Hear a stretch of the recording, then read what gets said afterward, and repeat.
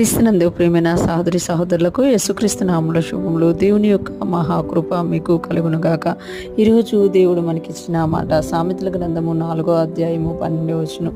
నీవు నడిచినప్పుడు నీ అడుగు ఇరుకున పడదు, నీవు పరిగెత్తినప్పుడు నీ పాదము తొట్టిల్లదు. ఈ మాటలు మనం సామెతల గ్రంథంలో చూస్తున్నాము.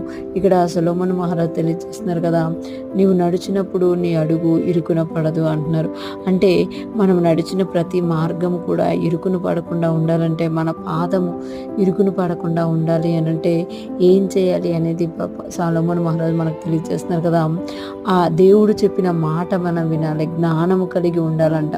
11వ వచనం గమనిస్తే, జ్ఞాన మార్గము నేను నీకు బోధించి ఉన్నాను, యథార్థ మార్గంలో నిన్ను నడిపించి ఉన్నాను.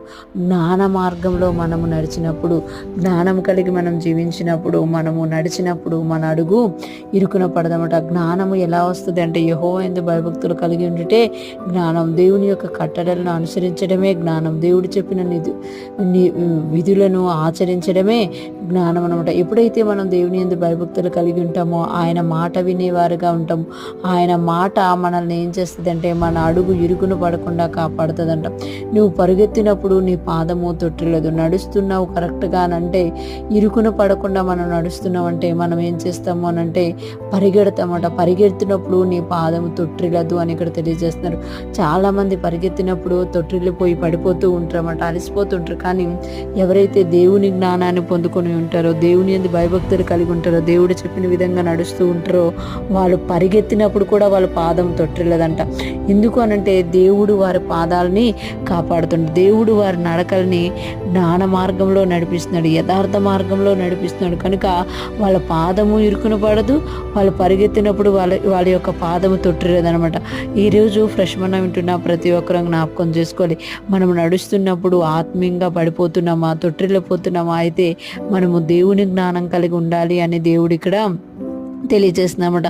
ఎప్పుడైతే మనము దేవుని జ్ఞానం కలిగి ముందుకు సాగుతామో, దేవుడు అంట మన పాదము ఇరుకును పడకుండా, మనం తొట్టిల్లిపోకుండా ఆయన మనల్ని కాపాడుతారన్నమాట. మనము కాపాడబడాలి, మన పాదము తొట్టిల్లకుండా ఉండాలి అంటే యెహోవా యందు భయభక్తులు కలిగి ఉండడం మనం నేర్చుకోవాలి అని దేవుడు తెలియజేస్తున్నారు. ఎప్పుడో భక్తి చేసామని కాదు, ప్రతిరోజు ఆయన్ని వెంబడించాలి, ప్రతిరోజు ఆయన్ని హత్తుకోవాలి, ప్రతిరోజు ఆయన వైపు చూడాలి, ఆయన మాట ప్రకారం జీవించడానికి మనము ఇష్టపడాలి. అప్పుడు దేవుడు మన పాదము ఇరుకును పడకుండా మనల్ని కాపాడే దేవుడుగా ఉన్నారన్నమాట. ఎప్పుడైతే మనం పాదము ఇరుకును పడకుండా వెళ్తామో, అది చూసి అనేక మందికి మన జీవితం ఆశ్చర్యకరంగా ఉంటుందన్నమాట.